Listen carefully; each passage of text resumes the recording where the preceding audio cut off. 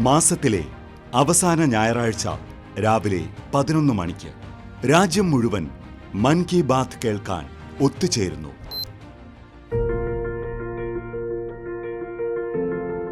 मेरे प्यारे देशवासियों, नमस्कार।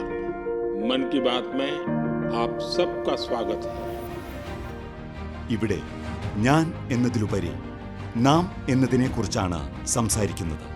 കൂട്ടായ്മയുടെ ശക്തിയോടെ മോദിജിയോടൊപ്പം രാജ്യത്തിൻ്റെ സംവാദം, ജനങ്ങളുമായുള്ള നേരിട്ടുള്ള ബന്ധം.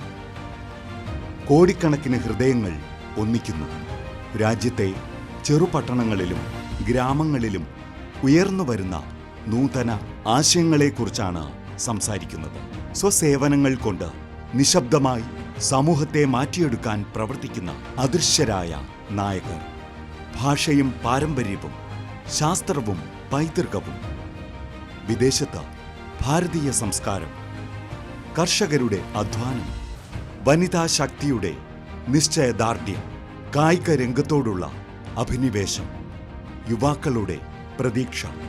ഇന്ത്യൻ നായ്ക്കളെപ്പറ്റിയും മരങ്ങളെയും പ്രകൃതിയെയും പറ്റിയും യോഗയും ആയുർവേദവും വഴി ആരോഗ്യം നേടുന്നതിനെപ്പറ്റിയും. ശുചിത്വം മുതൽ ഓരോ വീട്ടിലും ത്രിവർണ പതാക. ആത്മനിർഭരതവും വികസിതവും ലോകബന്ധവുമായ ഭാരതത്തെക്കുറിച്ചാണ് പറയുന്നത് മൻ കി ബാത്ത്. അതിൽ ഒരു വികാരമേയുള്ളൂ: രാഷ്ട്രമാണ് ആദ്യം. ഇവിടെ ഓരോ കഥയും മറ്റൊരാൾക്ക് പ്രചോദനമാകുന്നു. ഇത് രാജ്യത്തിലെ എല്ലാവരുടെയും മനസ്സിലെ കാര്യങ്ങളാണ്. मेरे लिए मन की बात ये एक कार्यक्रम नहीं है. मेरे लिए एक आस्था, पूजा, व्रत है.